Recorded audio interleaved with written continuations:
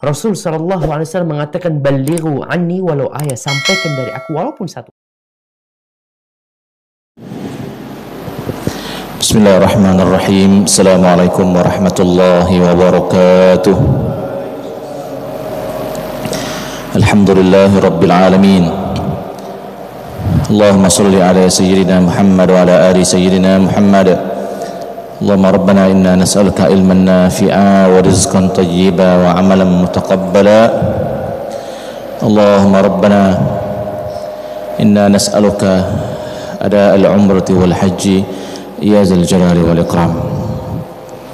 Ma'asyiral muslimin wal muslimat, bapak-bapak dan ibu-ibu jamaah salat maghrib dan isya di Masjid Al-Ikhlas, yang mudah-mudahan semuanya dalam limpahan rahmat dan karunia Allah Subhanahu wa taala. Alhamdulillah, di malam hari ini kita kembali melanjutkan pembacaan kitab fikih, kitab Matan Taqrib, dan kita sudah masuk di dalam bab haji, yang sekarang ini adalah pertemuan ketiga dari bab haji.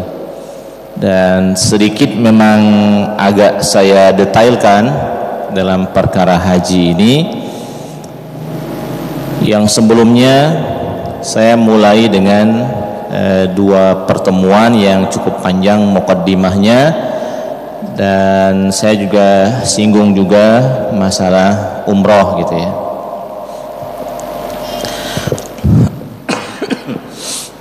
Nah, bapak dan ibu semua,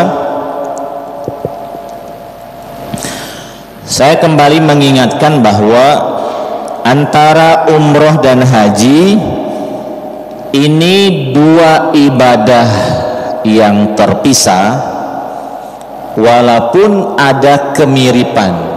Jadi ini dua ibadah yang terpisah. Umroh ya umroh, haji ya haji. Dua-duanya ibadah yang terpisah walaupun dua-duanya punya kemiripan. Nah, sekarang misalnya umroh, di antara rangkaian ibadah umroh yang harus kita lakukan secara ringkas ya, yang pertama adalah kita berniat ihram umroh. Berniat ihram umroh. Niatnya, menjatuhkan niat ihram umroh ini harus pada tempatnya. Itulah yang disebut dengan miqat makani. Jadi miqat makani ini adalah tempat khusus orang menjatuhkan niat umroh. Sama juga nanti niat haji, tapi saya sementara ini saya singgung umrohnya dulu. Jadi ihram dari miqat. Kalau kita yang datang dari Indonesia ini, kalau kita yang datang dari negeri Indonesia ini, sebenarnya tempat menjatuhkan niat kita itu sama dengan umat Islam yang datang dari negeri Yaman. Jadi kalau kita lihat peta antara perjalanan umroh orang Indonesia dengan perjalanan umroh orang Yaman, itu satu arah, lebih dan kurang lah ya, satu arah. Makanya akhirnya kata Rasulullah SAW, kalau ada orang yang mau masuk Mekah dengan tujuan umroh atau haji, maka dia harus berniat di tempat yang disebut dengan Yalamlam, disebut dengan Yalamlam. Nah, kalau kita di Indonesia, Yalamlam ini lebih dan kurang 1 jam sebelum pesawat mendarat. Makanya kalau seandainya perjalanan umroh dari Indonesia langsung menuju Mekah, sebagian dari umat Islam ini masang niatnya itu di dalam pesawat. Masang niatnya itu. Ini berlaku untuk haji maupun umroh, dua-duanya karena punya kemiripan. Nah, bagi siapa yang kepengen memasang niat di pesawat, persis di seputaran Yalamlam itu, atau sebelum masuk Yalamlam kita sudah berniat, maka lebih dan kurang 1 jam sebelum tiba di Yalamlam, 1 jam sebelum pesawat masuk di Yalamlam, itu seharusnya kita mengganti pakaian dari pakaian biasa menjadi pakaian ihram. Kalau untuk khusus laki-laki ya, perempuan tidak ada pakaian khusus ihram, perempuan bisa pakai apa saja, kalau laki-laki nggak boleh. Nah sekarang kalau dia umroh, mungkin mengganti pakaian itu mungkin di pesawat, mungkin.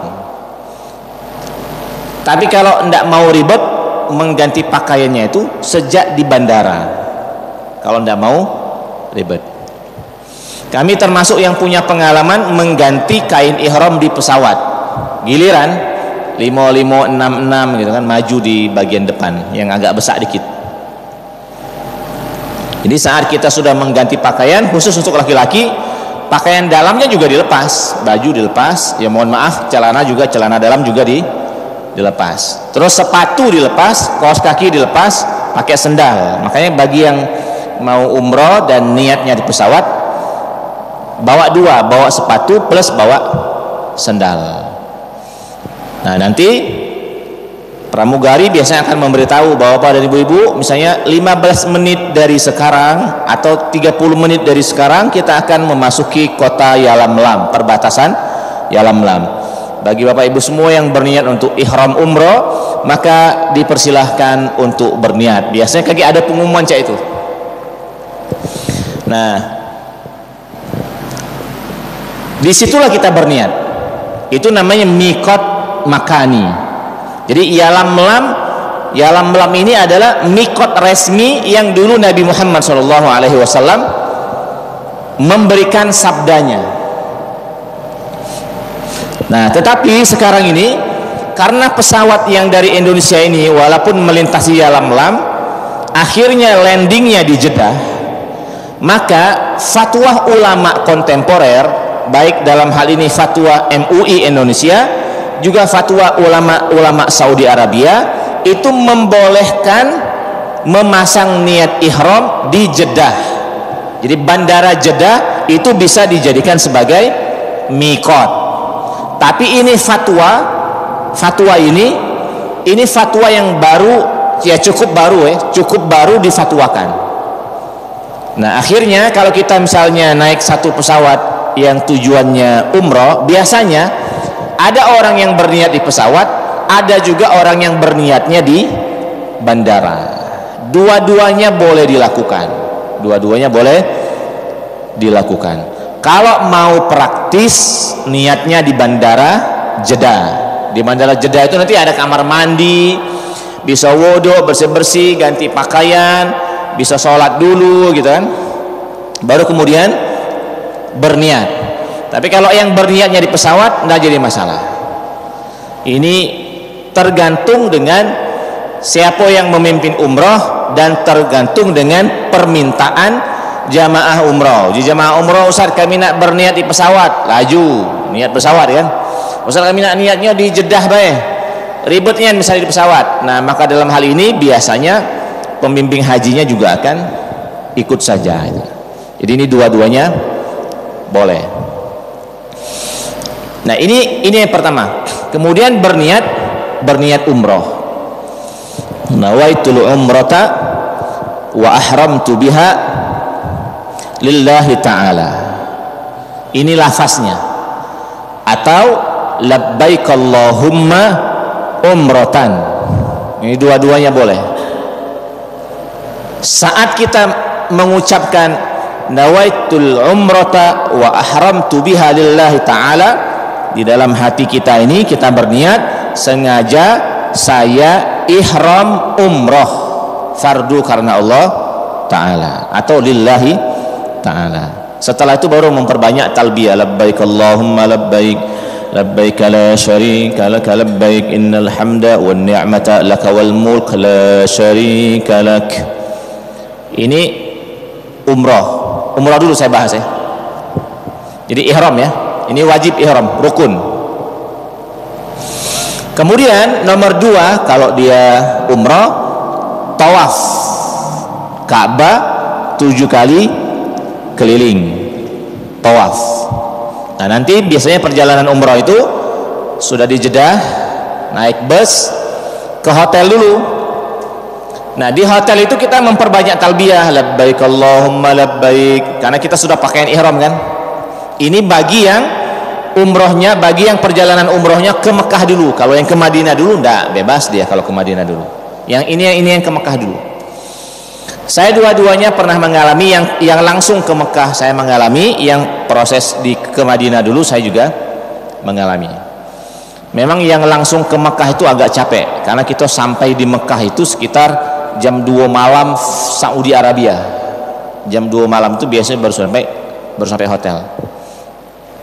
Nah, sudah sampai di hotel, biasanya melihat jam. Kalau memungkinkan, misalnya sampai di hotel jam 1 malam. Nah, ini masih mungkin mau lanjut tawaf, masih mungkin. Makanya butuh fisik yang agak fresh. Kalau masih mungkin, nanti biasanya ditanya, wahai jamaah, nak dilanjut ke malam inilah apa tidak umrahnya? Uji jamaah malam inilah, nah, laju. Tapi uji jemaah capek Ustaz, kami nak tidur dulu baik. Besok baik kita tawafnya. Boleh ditunda sampai besok tawafnya, tapi harus jaga larangan ihram selama di hotel. Selama di hotel, karena kita masih pakai kain ihram, tidak boleh pakai yang lain dulu.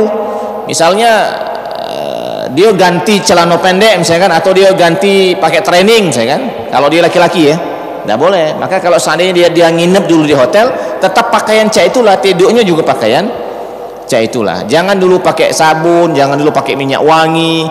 Kalau dia umrohnya 2 laki bini, jangan dulu tidur beparaan. Jangan dulu berdekatan gitu kan, karena dia belum menyelesaikan umrohnya belum. Nah, sekarang anggap baik malam itulah ditawafkan. Oke, malam itu ditawafkan dari hotel, biasanya jalan kaki. Dari hotel itu biasanya jalan kaki itulah ke Masjidil Haram. Tinggal jauh dekatnya, ada yang 200 meter, ada yang 300 meter, ada yang setengah kilo gitu kan. Jalan kaki sambil memperbanyak talbiyah. Kemudian kita masuk masjid. Masuk masjid, langsung kita menuju tempat tawaf. Turun lagi, turun tangga segala macam. Nah, saat kita melihat Ka'bah, kaki ada doanya sunnah. Kemudian kita mencari Hajar Aswad. Di mana Hajar Aswad? Saat sudah bertemu Hajar Aswad, dari situlah kita memulai tawaf. Start tawaf itu dari situlah. Mengangkat tangan,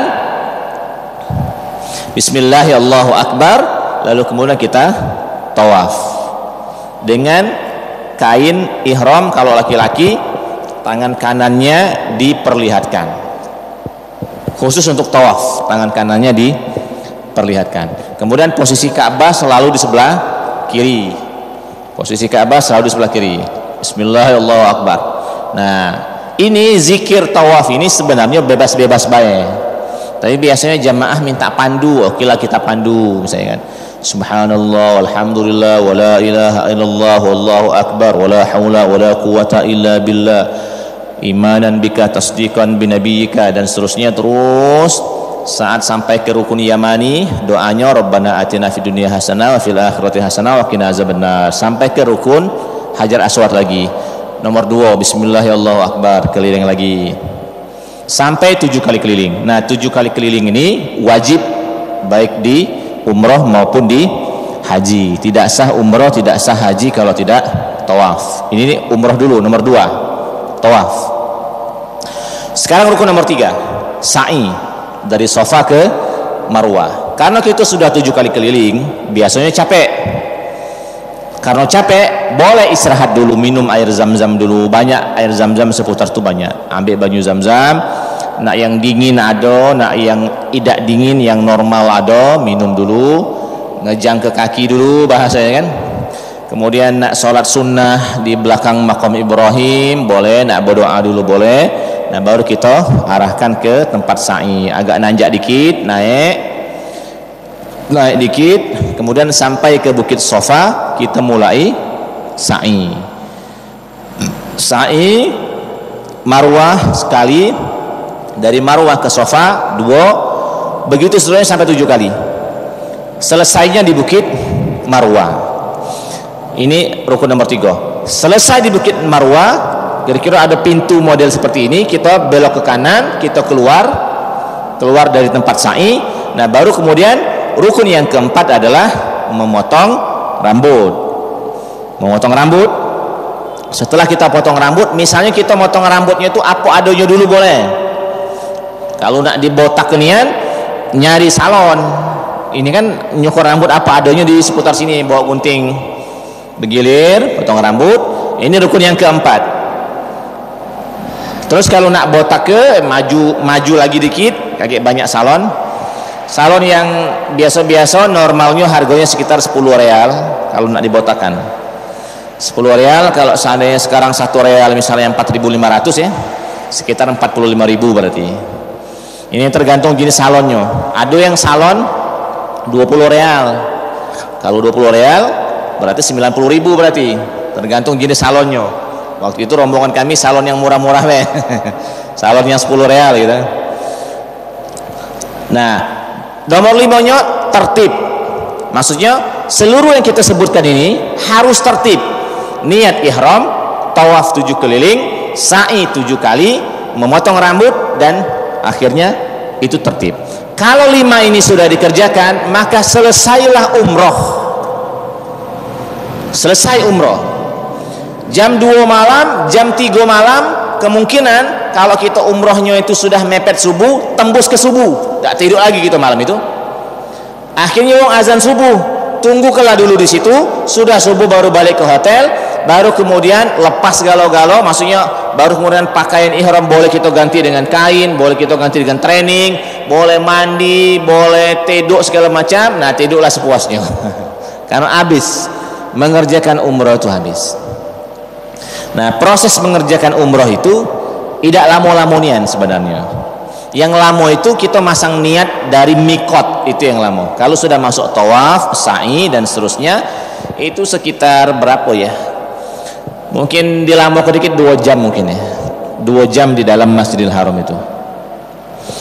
Nah, habis umroh selesai.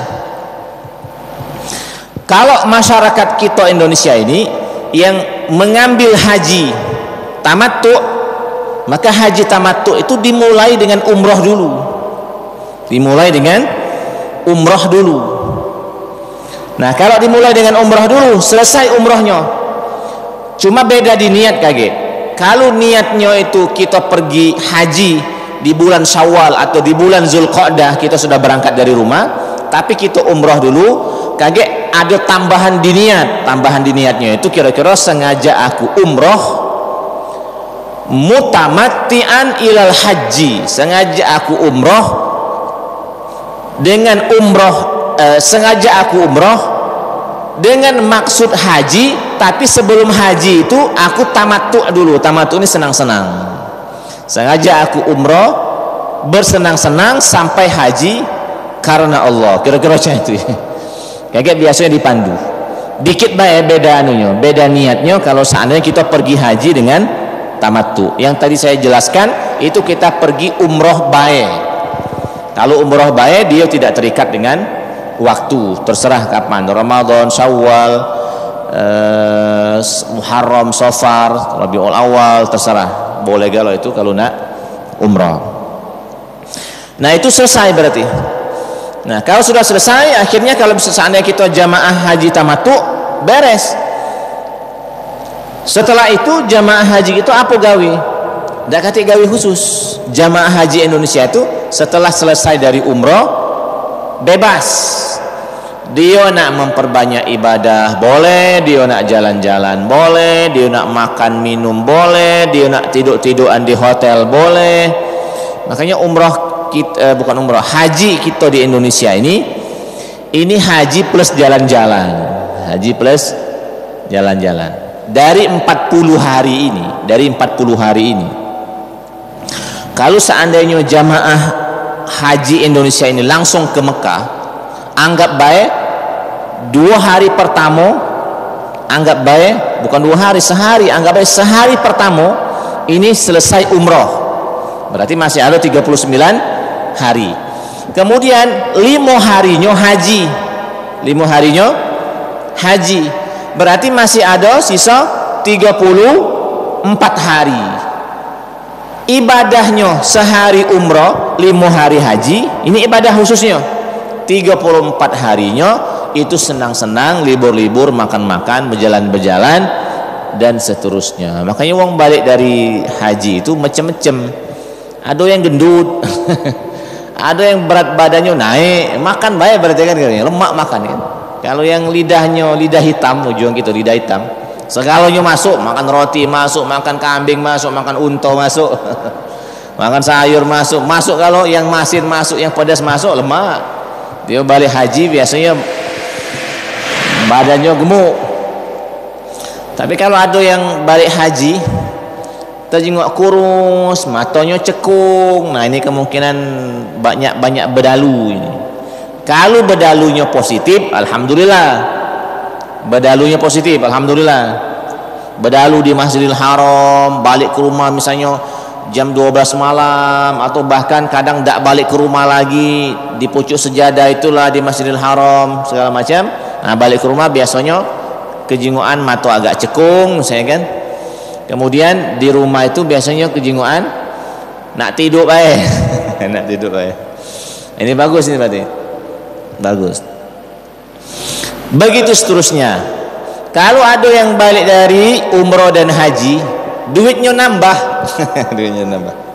Kemungkinan dia berdagang di sana. Lama waktu sebulan itu berdagang, kemungkinan banyak cara berdagang. Walaupun sebenarnya rekomendasinya bagi bapak-bapak dan ibu-ibu dan kita galau-galau yang umroh dan haji ini, pesan para ulama, pergi jangan bawa dagangan, balik jangan bawa dagangan. Ininya anjurannya, walaupun boleh anjurannya. Misalnya uang Indonesia ini sebagian ya oknum dari Indonesia ini mau rokok, di sana kaget berjualan ini, berjualan rokok ini, rokok Surya ini, Surya, dan rokok yang lainnya, berbagai macam cara dia mawa kan. Ada yang dari Indonesia bawa apa lagi, mokmi, berkardus-kardus misalnya mokmi kan. Tentu cara mawanya mungkin diakali supaya tidak kena periksa, tidak kena curiga kan? Akhirnya di sana dia yang jual, jadi barang dari Indonesia dijualnya ke sana. Nah sekarang waktu dia balik dari sana ke sini, lama itu pula dia bawa banyak hati unta, banyak kan. Akhirnya di sini dia jualan hati unta. Dia bawa banyak tasbih, di sini dia berjualan tasbih. Kalau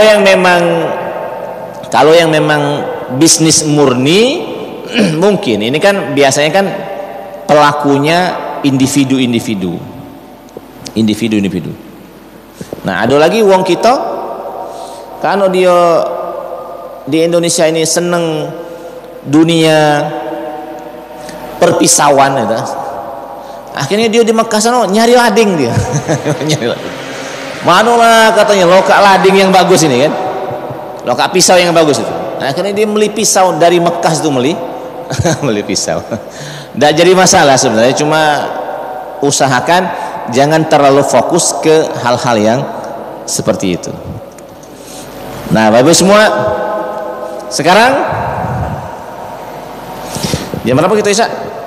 7:20 ya. Nah, sekarang kita masuk ke haji. Tanggal 8 Zulhijjah. Anggap saja sekarang kita sudah selesai dari senang-senang, sudah selesai, masuk tanggal 8 Zulhijjah, hari Tarwiyah. Nah, biasanya di hari Tarwiyah itu kita semua diajak untuk kembali memasang niat untuk berhaji. Oke, tapi sebelum itu, kalau umroh cuma ada rukun dan sunnah, ini umroh ya, umroh itu ada rukun dan ada sunnah. Tapi kalau haji ada rukun, ada wajib, ada sunnah. Ada rukun, ada wajib, ada sunnah. Ini kalau haji ya. Nah, ini dasar sekali maksudnya kalau Bapak paham ini, insya Allah gampang kita memahami fikih haji. Kalau umroh cuma rukun dan sunnah. Rukunnya 5 tadi. Niat ihram, tawaf 7 keliling, sa'i 7 putaran, 7 keliling juga. Kemudian memendekkan rambut, tahallul, kemudian yang nomor 5 tertib. Selesai, ini rukunnya, yang lainnya sunnah. Nah, sekarang kalau haji itu rukun itu adalah aktivitas yang wajib dikerjakan, yang kalau tidak dikerjakan haji tidak sah dan tidak bisa diganti dengan dam. Tidak bisa diganti dengan dam. Dam itu maksudnya adalah nyembelih kambing. Tidak bisa diganti dengan dam. Rukun aktivitas yang wajib dikerjakan selama haji, yang kalau tertinggal hajinya tidak sah dan tidak bisa ditutup dengan dam. Itu rukun namanya. Sekarang kalau wajib adalah aktivitas haji yang wajib dilakukan, yang kalau tertinggal hajinya masih sah tapi kena dam nyembelih kambing. Ini namanya wajib. Saya ulang lagi, wajib itu adalah aktivitas haji, amaliyah haji yang harus dikerjakan, yang kalau tidak dikerjakan hajinya masih sah tapi kena dam, wajib bayar dam. Ini namanya wajib. Sekarang sunnah adalah amaliyah haji, aktivitas kita berhaji yang lebih afdol dikerjakan, yang kalau tidak dikerjakan hajinya tetap sah dan tidak kena dam. Itu sunnah namanya. Jadi mohon diingat 3 istilah ini. Ada rukun haji, ada wajib haji, dan ada sunnah haji. Tentu saja kayak ada makruh haji dan ada haram haji. Kayak itu kita jelaskan insyaallah. Nah, sekarang rukun haji.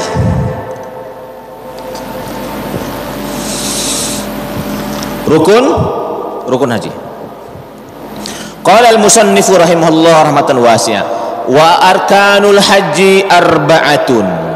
Di sini kata pengarang kitab Matan Takrib ini, rukun haji itu ada 4. Yang pertama adalah ihram, niat haji. Nomor 2, wukuf di padang Arafah. Nomor 3, tawaf. Ini kita nyebutnya tawaf ifadah. Tawaf ifadah. Ini nomor 3. Nomor 4, sa'i antara Safa dan Marwah. Sa'i antara Safa dan Marwah. Nah, sebenarnya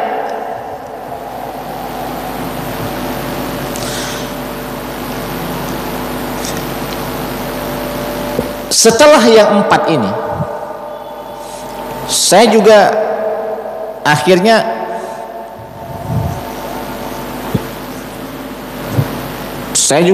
bertanya-tanya, kenapa kitab Matan Takrib ini hanya menyebutkan 4? Mungkin ya, mungkin ada khilafiyah, tapi yang mu'tamad, yang dipercaya sebagai pendapat yang kuat dalam mazhab Syafi'i, nanti akan ada tambahan rukunnya, pasti ini. Yang pertama adalah niat tadi ya, niat haji. Yang kedua tawaf ifadah. Yang pertama niat haji, yang kedua yang pertama ihram, yang kedua adalah wukuf di padang Arafah, yang ketiga adalah tawaf ifadah, yang keempat adalah sa'i. Nah, kita butuh yang kelima. Yang kelima ini adalah memendekkan atau memotong rambut. Ini poin nomor 5, memotong rambut.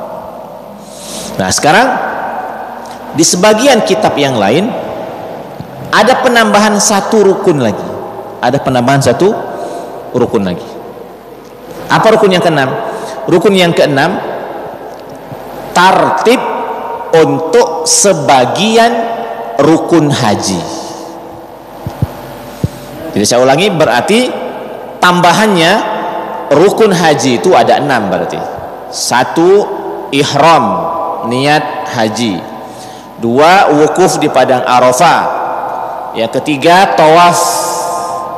Yang keempat, sa'i. Yang kelima, memendekkan rambut, tahallul. Yang keenam, perhatikan yang keenam ini, tertib untuk sebagian rukun haji. Kalau di umroh tertib gak kasih tambahan, harus tertib galo-galo.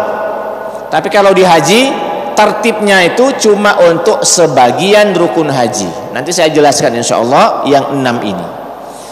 Nah, di malam hari ini kita ambil yang pertama terlebih dahulu. Yang pertama rukunnya adalah ihram. Ini wajib. Ini rukun, bukan wajib. Ini rukun. Ini rukun haji. Harus berniat. Sebelum berniat ada beberapa kesunahan yang harus kita lakukan. Yang pertama adalah kita mandi terlebih dahulu. Jadi sunnahnya sebelum kita berniat ihram, baik ihram umrah maupun ihram haji, dalam hal ini kita sedang menjelaskan ihram haji, sunnahnya mandi dulu. Mandi sunat ihram. Mandi sunat ihram. Sebagaimana kita mandi Jumatan. Mandi bersih-bersih, pakai sabun segala macam, pakai sampo, gosok gigi segala macam. Nah, setelah itu, setelah mandi, boleh sebenarnya tengok-tengok dulu. Kalau kuku panjang, potong dulu kuku. Kalau kumis belum rapi, potong kumis dulu misalnya. Ya, kita berhias dalam hal ini, rapi-rapi.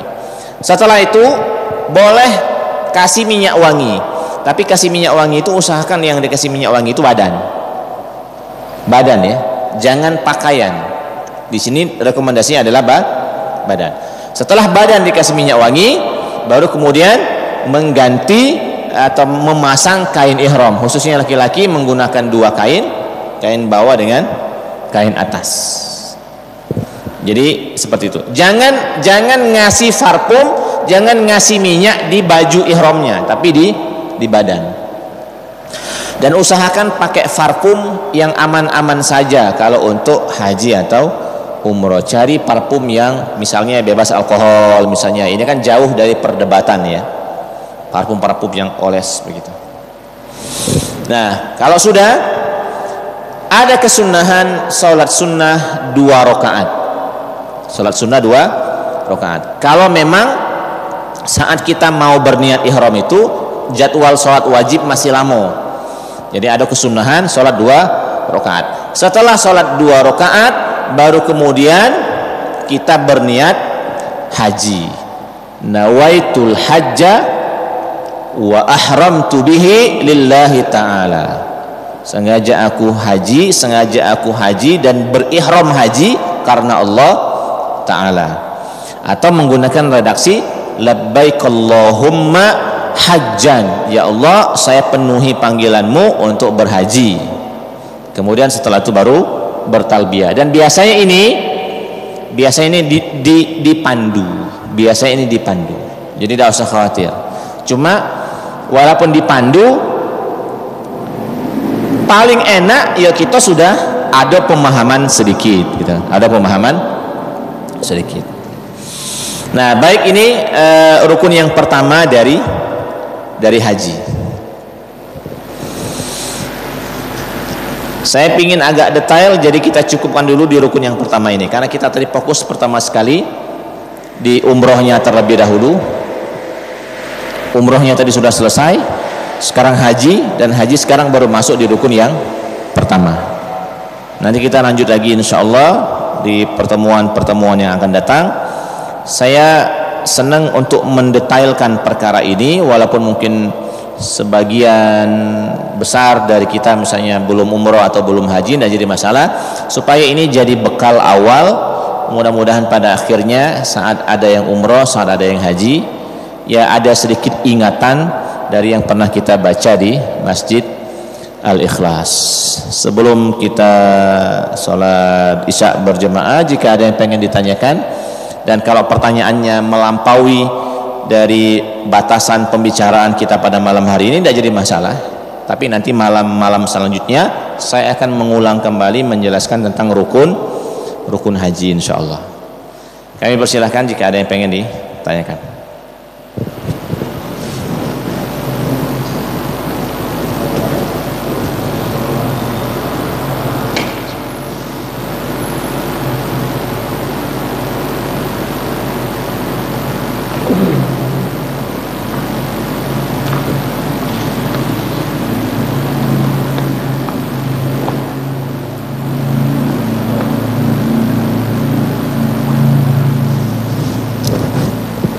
Aduh.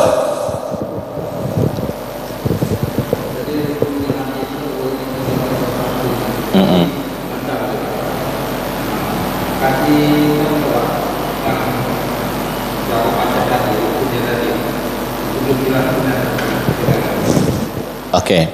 Tadi saya menyebutkan haji itu ada rukun. Rukun ini wajib dikerjakan. Kalau tidak dikerjakan maka hajinya tidak sah. Nah, maka yang 6 tadi, 1 niat haji, yang kedua wukuf di padang Arafah, yang ketiga tawaf, yang keempat sa'i, yang kelima memendekkan rambut, yang keenam tertib untuk sebagian rukun haji. Ini wajib dilakukan, yang kalau tidak dilakukan hajinya tidak sah. Misalnya dia tidak wukuf, tidak sah hajinya. Misalnya dia wukuf tapi dia tidak tawaf, tidak sah hajinya. Dia wukuf, dia tawaf, tapi dia tidak sa'i, tidak sah juga hajinya. Jadi ini namanya rukun. Sekarang wajib. Wajib itu adalah aktivitas haji yang harus dikerjakan, yang kalau tidak dikerjakan hajinya sah tapi kena dam. Contohnya apa misalnya? Contohnya mabit di Muzdalifah, mabit di Mina. Ini wajib ini. Tapi kalau ada yang tidak pacak mabit di Muzdalifah, ada yang tidak pacak mabit di Mina, termasuk melontar jumroh itu wajib. Melontar jumroh itu wajib, tapi bukan rukun. Yang kalau ada orang yang tidak sempat, tidak pacak mabit di Muzdalifah, tidak bisa mabit di Mina, tidak bisa melontar jumroh, hajinya tetap sah, tapi dia kena dam, wajib kena dam. Nah, kalau dia udah kena dam, macam mana? Kalau dia udah galak ngamalkan dam, macam mana?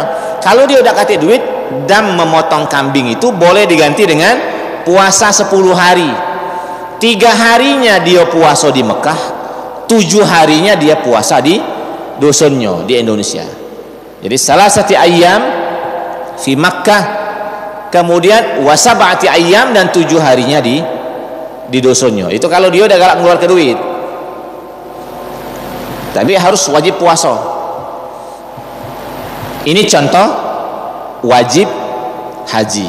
Kalau contoh sunnah seperti yang tadi kita sebutkan, mandi sebelum ihram itu sunnah. Memendekkan kumis, memotong kuku sebelum kita pakai kain ihram itu sunnah. Dan seterusnya dan seterusnya. Nanti insya Allah kita detailkan lagi. Sementara ini kita bahas yang pokok-pokoknya terlebih dahulu. Puasa itu tujuan buka, tujuan ini balik asal bersambung. Nah, boleh jeda. Boleh jeda.